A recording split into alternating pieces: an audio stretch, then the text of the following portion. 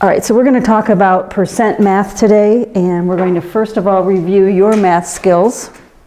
So percent math, we've already introduced what percents mean. Now we want to solve the three basic types of percent problems, and those are going to be based on the percent equation. As college students, this is how you can do percents without having to remember, okay, is this the one where I divide? Is this the one where I divide by the percent? Or do I divide by the whole number? What do I do? Well, you can't teach percents this way to 5th and 6th graders because they don't have an algebra foundation. But you, having had algebra, what you can do to make sure you can do the percent math yourself efficiently and quickly is to use the percent equation. The percentage, some books call this the part,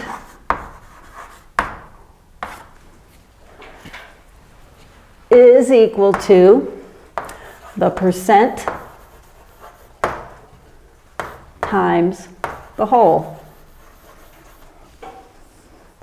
Sometimes this is called the base.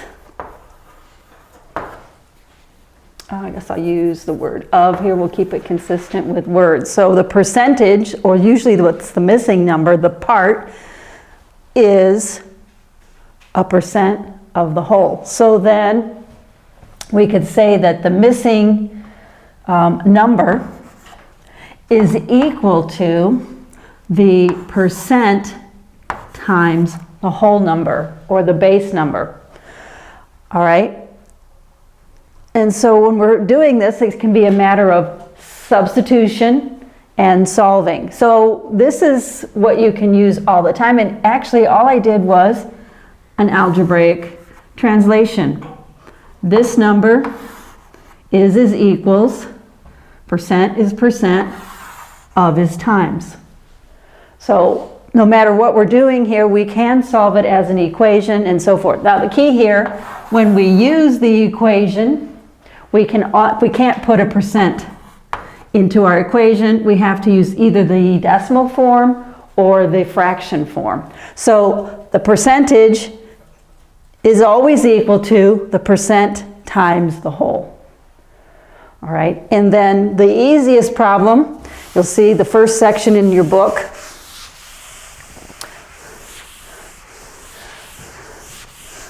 The first section in your book, 5.2, is when we are finding the part, or the percentage. And this is always the easiest one. For example, we might say, what number is 65% of 78? Of means times. So this is a very easy translation. Convert, in this case, I'm going to go to the decimal, 0.65 or 65 hundredths times 78. You could use 65 hundredths, which is 13 twentieths. You can do the fraction multiplication, or you can do the decimal multiplication. Basically, the whole idea here is this equation is simply telling us to multiply by 65%, which we can't do. We have to multiply by its decimal equivalent or its fraction equivalent. And don't forget the fractions. Don't always default to fraction. In this case, 4 goes into 25 times. 4 goes into 78. How many times? It doesn't. So I'm going to have to go with 2. 4 times 4 goes into 72, but it's not going to go into 78. It goes into 80. So then 2 goes into 78 39 times. So you have a choice. I think it's easier to multiply 13 times 39 and divide by 10. Dividing by 10 is pretty easy. How do you divide by 10? With the decimal one place. So either computation is pretty easy. But so the first type of percent problem is simply do the indicated multiplication. Of means times. We're finding a part. All right? And so this is the easiest percent problem. This is the one everyone would rather do, is the first section when you're finding the missing part or the percentage. And it's a simple multiplication. And it's right there in the percent equation. The equation will tell you exactly what to do. Percent times the whole number, or a percent times the base number. And this is how your textbook teaches it, or reviews it actually. This is a review. So we can use the percent equation. When teaching this in 7th grade, it is somewhat of a review, but it is a mistake to teach it to them as a review because they really never quite got it completely mastered as 6th graders. And so what I tell the 7th grade is, that's just telling you to multiply. All right, and so many times they say, oh, you've got both sides of the of, that means you just have to multiply. And I literally have them circle it to help them recognize. They have a problem seeing that the formula is simply telling them what to do.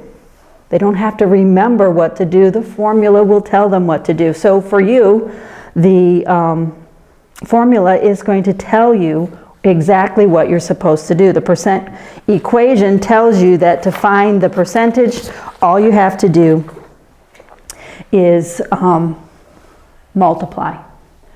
All right, so then since we do have our percent equation, since the percentage is equal to the percent times the whole number, times the base number,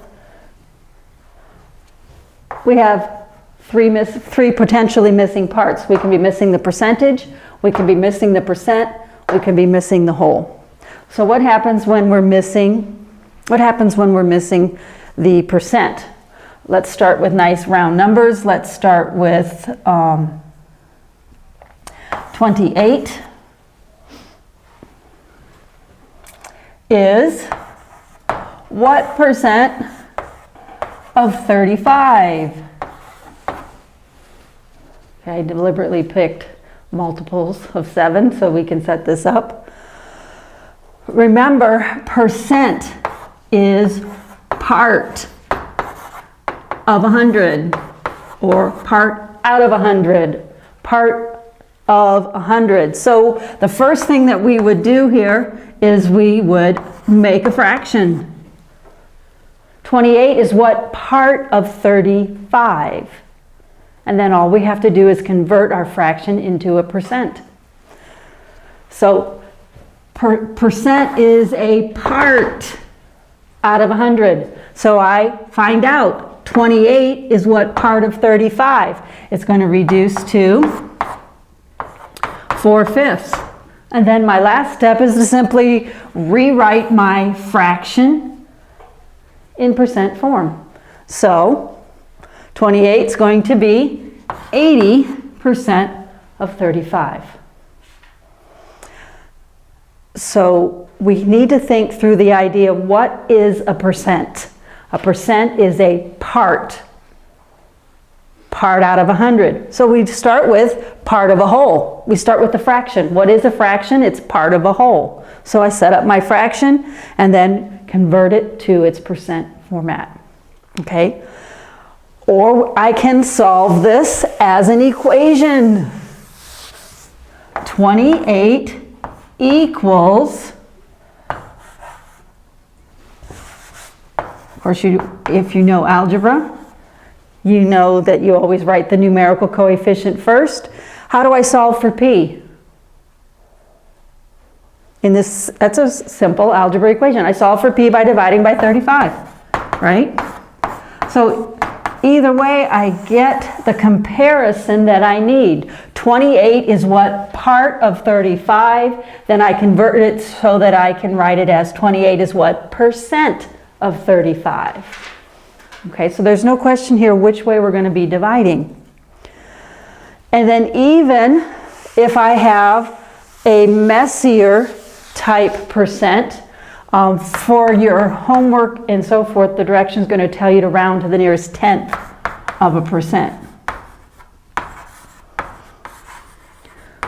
Tenth of a percent is actually out to the thousandths place, isn't it? We have to go one place beyond that. So you will have to do some messy division. This is telling you this is a messy division problem. You will have to round it. So even if I have numbers that are a little bit, I picked really nice round numbers there. Let's say I am asking you 25 is what percent of 72? I have to put it in terms of part. 25 over 72. All right, that does not reduce. So I have to do a division problem with 72. So I can solve this by understanding what percent means, or I can solve it as an equation. The equation would be 25 equals 72 times x, or p, or whatever variable you want to use. Here's another path to the same fraction. 25 70-seconds. All right, and then this is going to have to be divided out.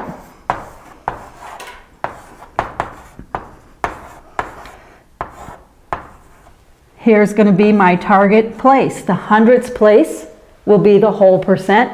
So I'm going to have to go at least one more, maybe two more to see where to round.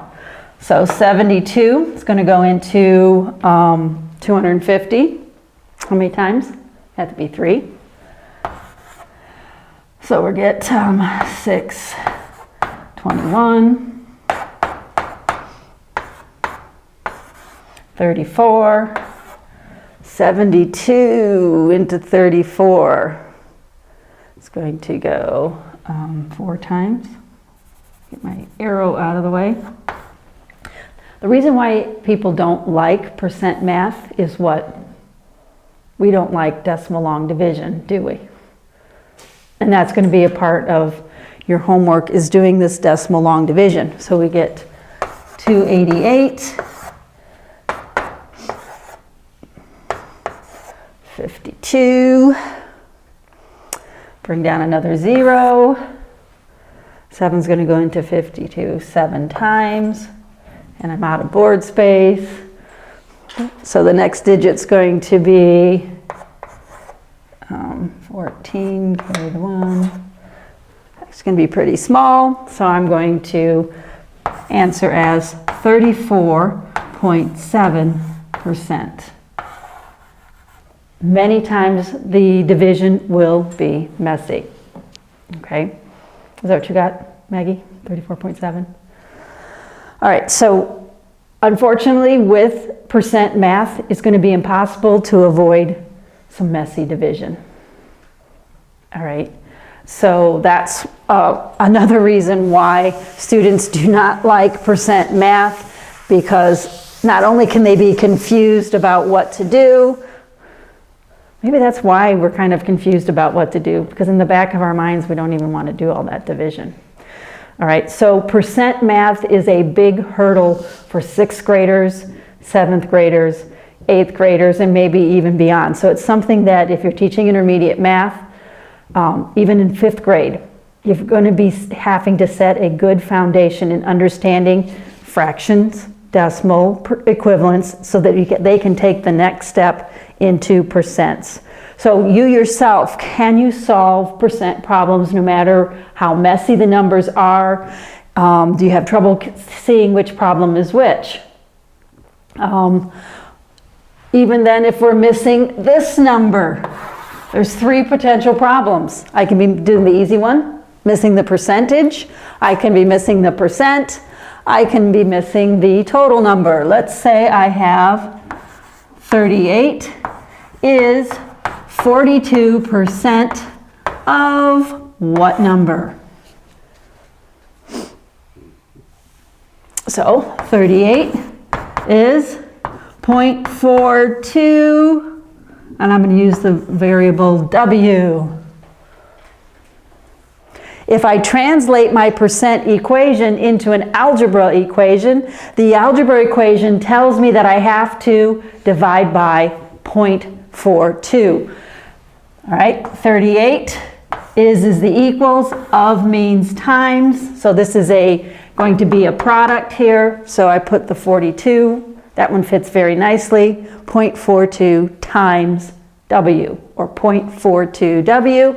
And what this percent equation does for me, it tells me what math operation needs to be done, tells me I have to divide, and it tells me I have to divide by 42 hundredths, 0.42. So many times we are not going to be able to avoid this. Another long division problem involving decimals. So don't forget how to correctly divide with a decimal. Decimal division is not done. And many times here too, we will also round to the nearest tenth. Is a common practice. And follow the directions in the textbook. So 42 is going to go into 38 easily 9 times.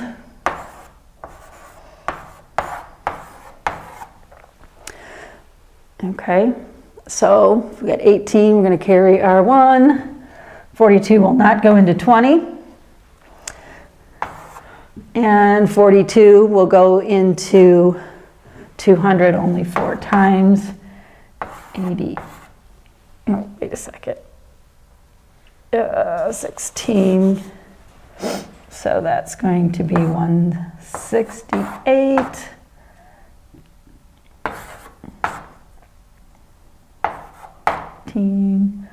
32. This is going to round up because this will be greater than 5. So I'm going to go to 90.5.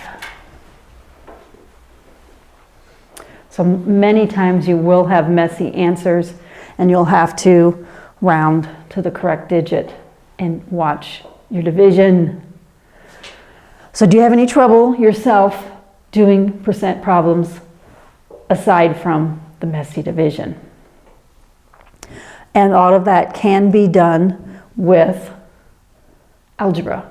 Translate your percent equation and it will tell you very plainly what to do. Okay. How many of you were taught to do percent math using a proportion? Is over of equals the percent over 100. This is another means of being able, the advantage here, well, the disadvantage would be you have to remember the proportion. But if the proportion makes sense to you, then you don't really have to remember it anyways. We're always going to be making the same comparison. Is over of. Okay, so if I have the problem 36 is what percent of 80? The is number is 36. The of number is 80. I'm still making this same comparison. But the proportion reminds me the is over of, the percentage over the total. That's another way to look at it. The part over the whole. Students like to remember the is over of because many times this problem will be worded is over of. The advantage here is that it's a proportion, and so it really doesn't matter which number is missing. The proportion is going to be solved by cross multiplication. So I don't have to worry about which operation. The proportion will tell me what to do, provided I put the numbers in the correct spot. The other advantage, which can sometimes be a disadvantage, is you don't have to move the decimal point. Look at this proportion, or this ratio in the proportion. That's the meaning of percent, isn't it? The decimal change is built into the formula. So many students prefer this. I think they prefer it because you can kind of go on autopilot, provided you remember the setup. So here, the percent is missing. And then this is a proportion. I can always reduce my individual ratios and then cross multiply. So if I reduce, move it over here, 36 over 80 equals x over 100. Do not cross cancel. This is a proportion, but I can reduce with the 4, 9/20, and have a simpler, and so 20x equals 900. A much simpler division than just, well, all this really does is move the decimal for you, doesn't it? Because of this. So I'm going to divide both sides, solve my equation. See how handy equations are? X equals 45. So 36 is 45% of 80. Does that make sense? Well, 36 would be 50% of what number? 72. 36 is half of 72, so it makes sense that 36 then would be less than half, less than 50% of 80. Okay? So how you solve the percent problems yourself is totally up to you. You'll see in the textbook, section 5.2 is the first type of problem where the percentage or the part is missing. Then 5.3, you'll have to find the percent itself. And then 5.4, you'll have to find the total. 5.5 is where they introduce the percent proportion. So when you are solving percent problems, I prefer to use the algebra equation. Why? Because I like algebra and it makes sense to me. All right, so make sure that you can yourself do percent problems. So the percent equation comes into play. The last thing that I want to review with you is the same thing I've said a couple of times. Don't default to the decimal all the time. Consider the fraction. Consider using fraction math. We all default. Well, I don't default to decimals so much because I teach this so much that I'm pushed into the fraction form because fractions many times are easier. So consider using fraction math. 2 reasons. Sometimes it's easier. We brought this up last lecture. Other times it's necessary. When is it necessary to use the fraction? When the decimal repeats. Okay? So in the textbook and on the quiz, the percent problem quiz, we will deal with this, and I won't accept an approximation. You will have to use the correct fraction equivalent because the decimal equivalent requires rounding. Well, it's not really an equivalent then. So let's say I have this problem. We'll go real easy. 13 is what percent of 39? This is telling me compare 13 to 39. I can reduce that to 1/3. So this is a commonly incurred fraction. You know it's a repeating 3. It's automatically 33 1/3%. Okay? So it's very helpful to be familiar with the common fractions. If I were to divide this out,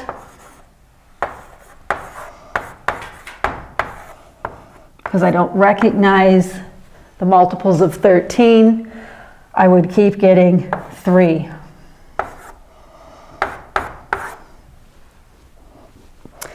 That gets me back to the 13. I'd get the repeating 3. As soon as I see the repeating 3, I know I've made a mistake and I should have just recognized the fraction in the first place. Okay?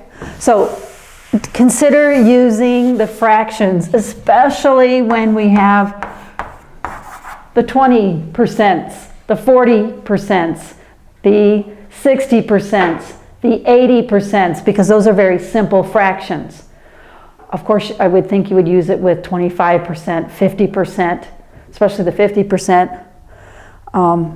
But obviously, you're not going to be getting that easy of problem on the quizzes and the homework. Another thing to keep in mind would be when you're trying to use those repeaters. What number is 16 2/3% of, let's just do my favorite number, 144. You have to, it's necessary to use 1/6 because 16 2/3 has the repeating 6 component. And you will get a decimal when this answer comes out even, because 6 will go into 144 24 times.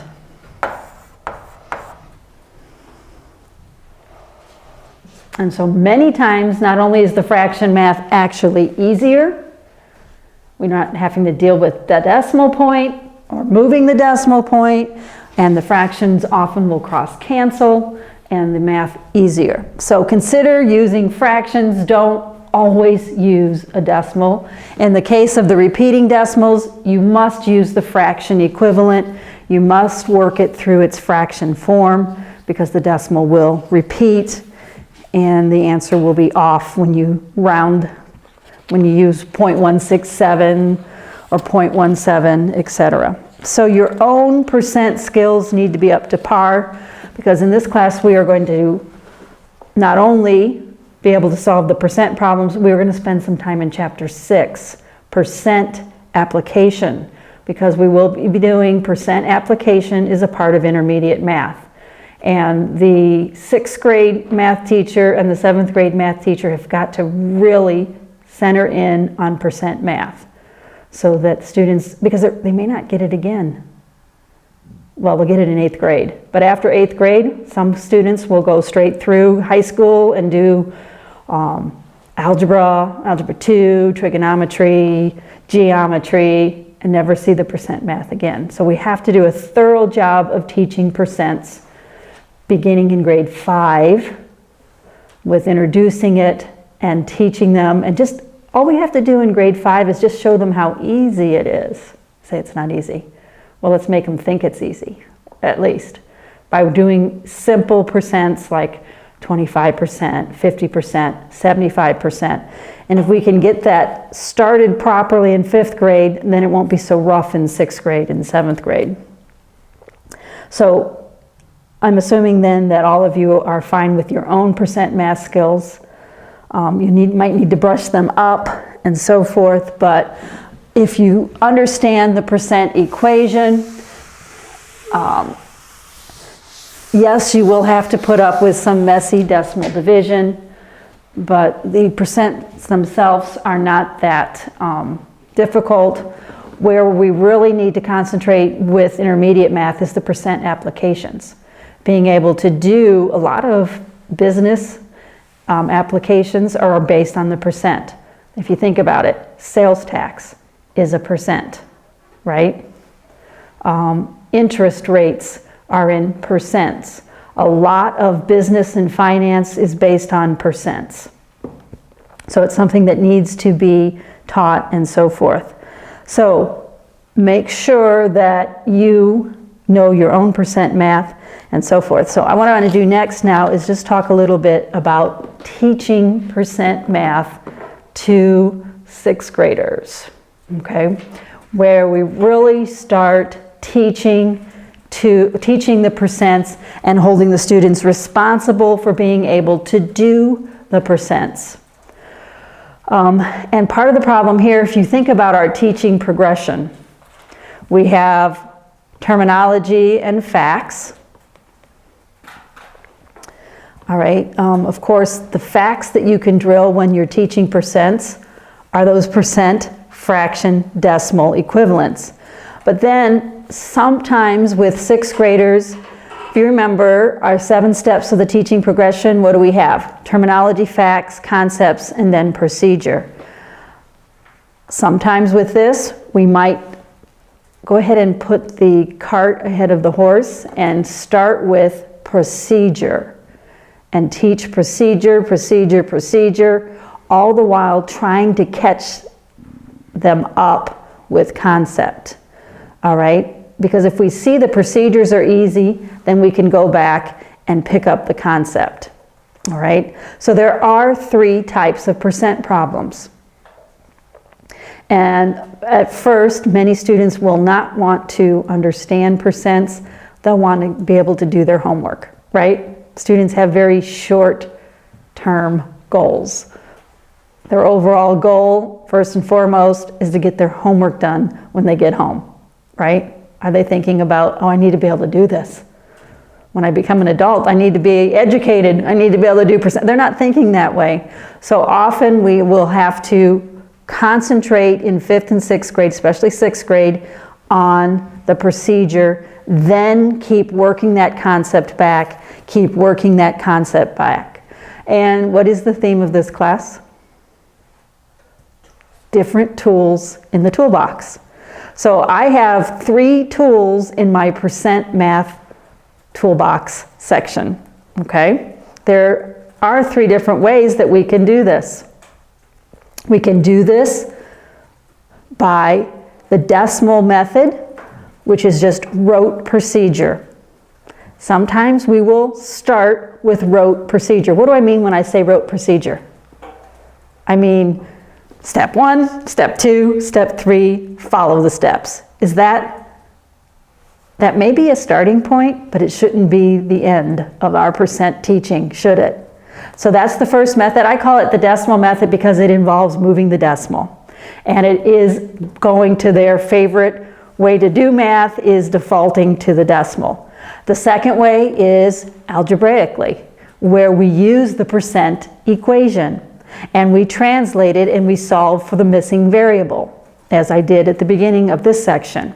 The third way is the proportion method, using the is over of equals percent over 100.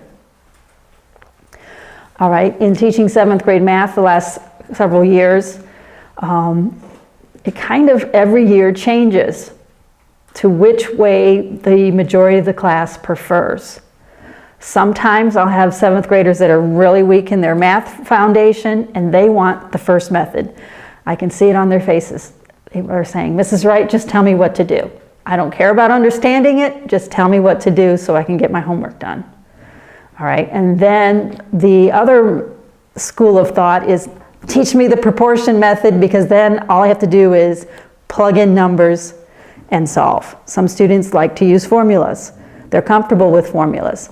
Then there's other students who get the hang of what I'm doing. They see, oh, it's an equation. They like equations and so forth. So those are the 3 tools we can pull in our toolbox.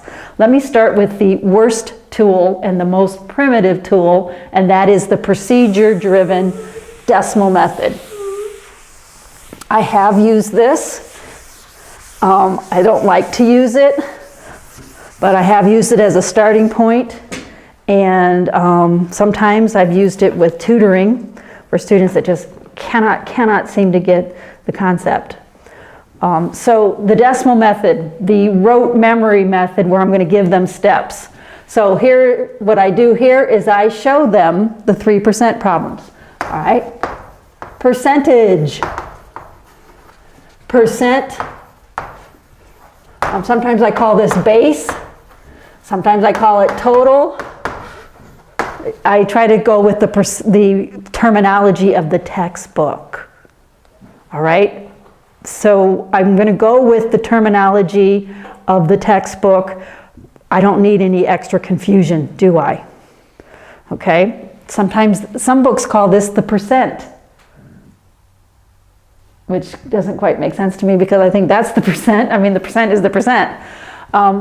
This sometimes will be the whole.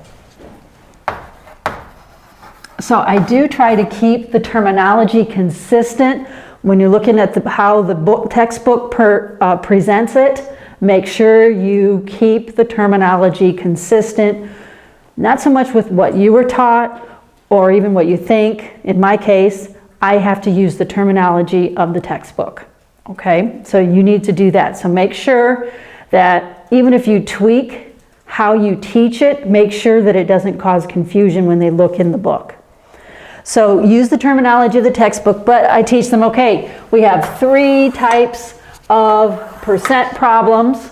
The percentage, and I take a very easy, this is 6th grade, we take a very easy problem. What would be the easiest percent problem of all? Would be involving 50%, right? Because we can do the math. All right, so we'll start with this. What number is 50%, and of course I'm going to use an even number, aren't I? Of, I'm liking 72 today. Okay. Then, what number is 50% of 72? 36. So then I'm going to go 36 is what percent of 72? And then I'm going to say 36 is 50% of what number?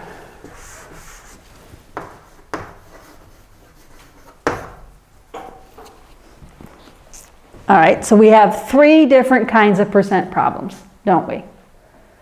I used this a lot when I taught 8th grade math years ago because I was reviewing. All right, we have door number 1, door number 2, door number 3. So then what do I do here? I give them steps. Change the percent to a decimal and multiply by it. That's why I call this the decimal method. So I'm going to change the percent to a decimal. And I'm going to step 2, multiply by it. And this is where I say, oh, this means times. So I do try to go back and catch some of their understanding. Of means times. So this is just telling me 50% times 72. So all I do is change the percent to a decimal. And I'm stressing the whole time, 2 places, 2 places, 2 places. And so we move the decimal 2 places and we multiply by it. And we're going to get 36. That's just rote steps. That's the decimal method. To do the decimal method here, this one has 4 steps.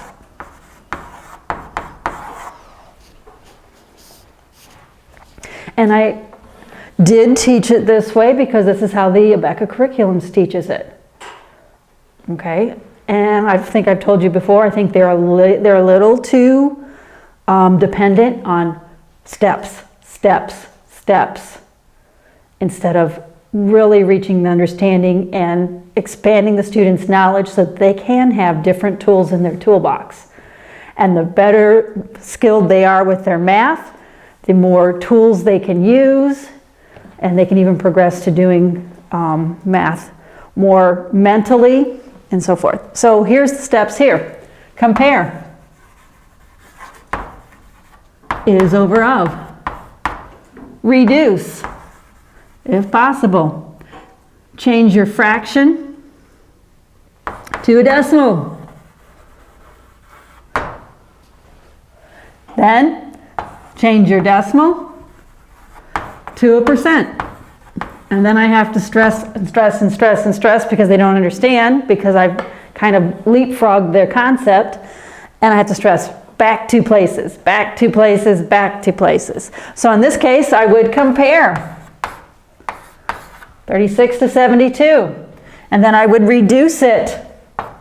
So most of the time students are going to think of 9. Reduce it down, change that to, oh, that's one I know. Change to a decimal, change to a percent. 2 places. And so that gives me my answer. And then we even go over the steps. Compare, reduce, decimal, percent. Okay, maybe you've heard people drilling steps. Not my preferred way of teaching. This is our crude, rudimentary tool. All right, then this one. How are we going to do this one? These two are inverse of each other, aren't they? So this one, I'm going to change the percent to a decimal and do what with it? Instead of multiplying by it, I'm going to divide by it. So I'm going to change the 50% into 0.5 and I'm going to divide by it. Move it out, and I will get my 72. Right? Okay, so this could be better taught too. If I'm going to do it this way, wouldn't it be best to do this problem first, then this problem, then this problem? But textbooks don't present it that way. They almost always present it 1, 2, 3. It would make more sense to put these two together. So one of these years, maybe I'll do it in the 7th grade math. I will skip over and do the sections out of order.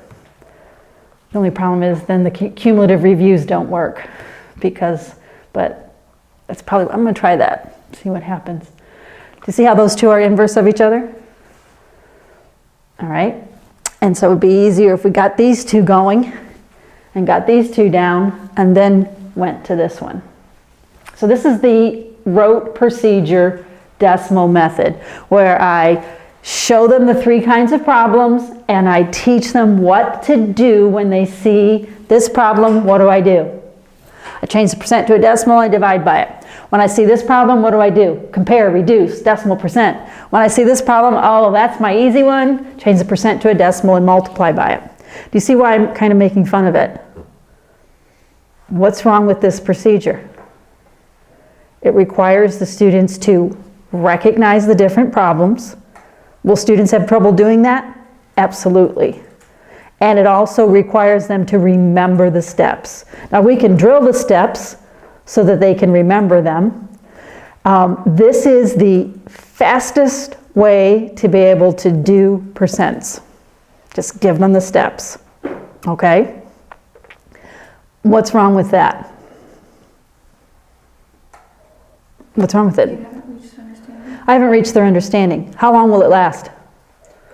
Temporarily. If I've done a good job with it, it will last through the test. But will it last to 7th grade? No, it won't. All right, do I use this method? Maybe a little bit at the beginning, maybe out of desperation. But this is an example of what I've told you about before. It's a very good example of teaching by procedure only. Does it have its place? Yes. This might have a place in a tutorial where you're helping an adult pass a test for their job and they cannot do percent math. You can get through this very quickly. But what happens then when they actually sit down to take the test? What's the danger? They're going to mix things up. And they're going to do stuff that's really ridiculous. Totally ridiculous. That's just how students do the oddest things with problems. Like, where did they get that? What are they doing? Well, they're desperately searching their memory for steps. And what have we said over and over again? Success is understanding. Now, I've used this, and I used it a little too much when I was an inexperienced teacher, because my goal was to get them to get those percents. I wanted them to be able to do their homework. I wanted them to be able to pass the class, but that's very short-sighted, isn't it? So we would use this as introduction. We would use it as a emergency stopgap, but this is not the way to present, to really to get students to understand percents, and this is not the way to build permanent math skills, is it? Okay, so it has its place, but this tool should be at the bottom of the toolbox. We pull it out when we're desperate, okay? That's the first method. That's the first tool. The second tool is the one that we were working on a little bit as far as the way that you probably should be able to do percent math as a college student, and that is the algebraic way. And so in 7th grade math,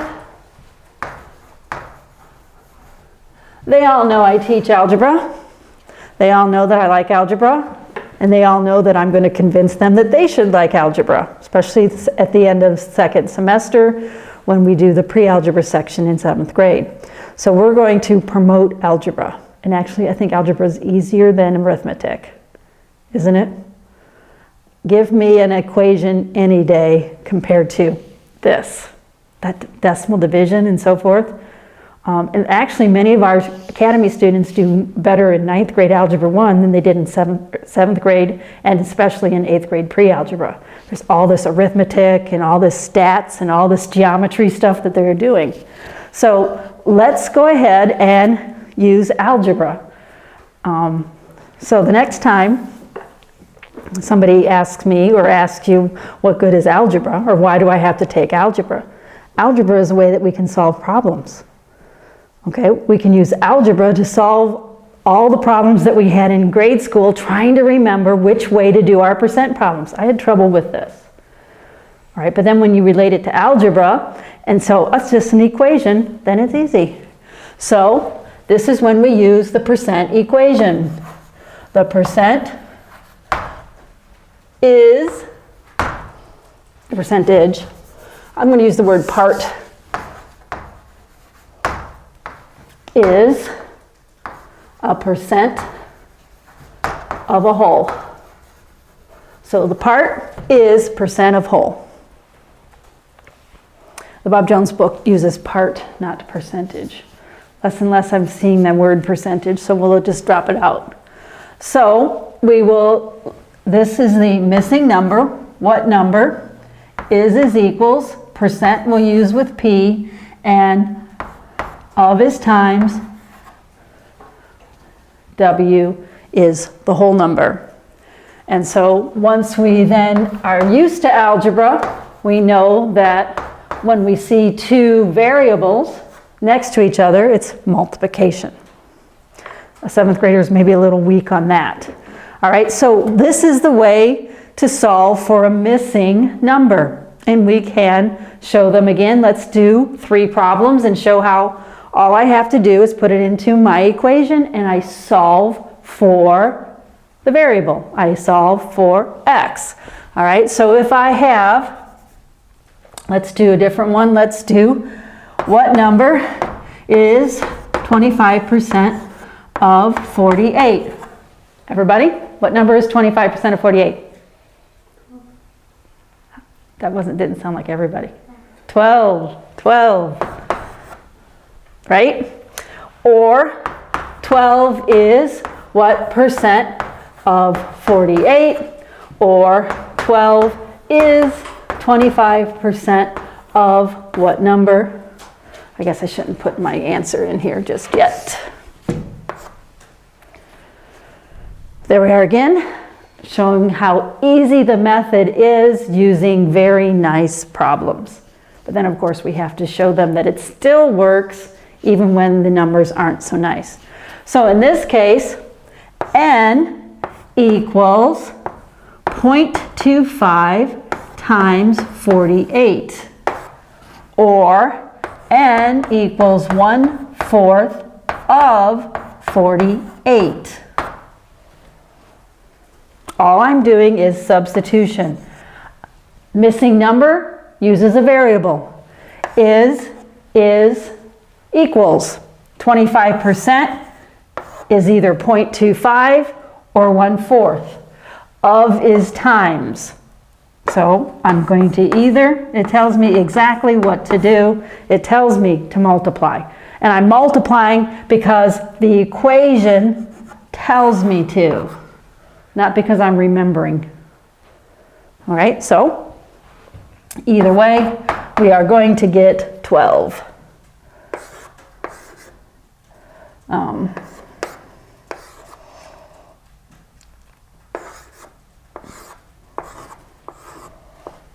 running out of space here.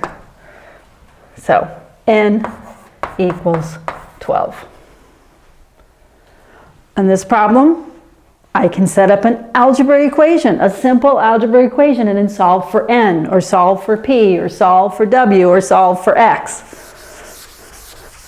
Many times I'm always defaulting to x. Here I'm going to translate. 12 equals what number times 48? What percent? There's my missing. I'm going to use the letter p. So 12 equals, I'm going to rewrite it like it's algebra. How do I solve for p?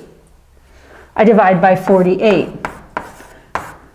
So this is a way right here for me to bypass trying to remember is over of. Okay? Or trying to remember how to set up the fraction, how to compare in my decimal methodology. Okay, so we're going to promote algebra. I'm going to reduce this. So p is 1/4. And then to put it in the percent blank, I still will have to convert. This right here, of course, is the weakness of the algebraic method. It's not 1/4 or 0.25. I have to rewrite it into percent form to put it in the answer. I have to finish the answer. This one, another easy equation, but I do have to still, of means times, w is missing, or I can use the fraction. Then all I have to do is solve my algebra equation, or w/4. How do I solve this? I multiply both sides by 4. 48 equals w. Divide by 0.25. So w equals 48. So I can use algebra. I can use solving for the missing variable to solve my percent problems. So even though it's going to be impossible to completely avoid the decimal math, and especially the decimal division, because that's what percents involve, but the algebraic equation, the algebraic method will show them, let the equation guide them through the process. The equation will tell them when to multiply, when to divide, and it'll tell them which number to divide by. The last method, of course, is the proportion method, the default for students who like formulas and students who are good at just memorizing a formula, substituting it in. So, proportion method. Advantages. The advantages is that it's going to be solved the same way no matter which number is missing. I will cross multiply. A second advantage is that the decimal movement is built into the formula. It's built into the proportion. Percent over 100 eliminates the need to convert out of percent and back into percent, move the decimal 2 places, one way or the other. But then sometimes students will still do it anyways. They'll see 0.25 and they'll put it they'll see 25% and they'll put 0.25 in. But this actually is not that difficult to remember. And so I can show them again with simple problems. Let's do 36 is, well, I want to start with the other one. What number is 75% of, let's just do 96. on this problem, then I do not have to change the percent. All I'm going to do is, this is the missing number, I'm going to use X, because I don't even have to distinguish which number is missing. So X over 96 equals 75 over 100. This is a proportion, so I can always reduce either one of my individual ratios. So 4x equals 3 times 96, 18 to 88. 4 goes into 288, 72 times. Okay? So this, I just didn't mess with the decimal point at all. All right, so then even if I had the next one, it wouldn't matter. Let's say I know 72 is what percent of 96. I have my is over of equals percent over 100. This is going to give me the 3/4 over here. So 4x equals 300. There's my 75%, and no decimal needed. No decimal movement needed. All right, so those are the 3 tools in the toolbox. We've kind of gone over them all individually. Which one do you think is the best? The best? Probably the algebra equation. It does not rely on memory. It relies on translation and substitution. But different students learn different ways. Different students are in different levels of skill, and so we need all 3 tools in our toolbox. All right, we'll see you next week.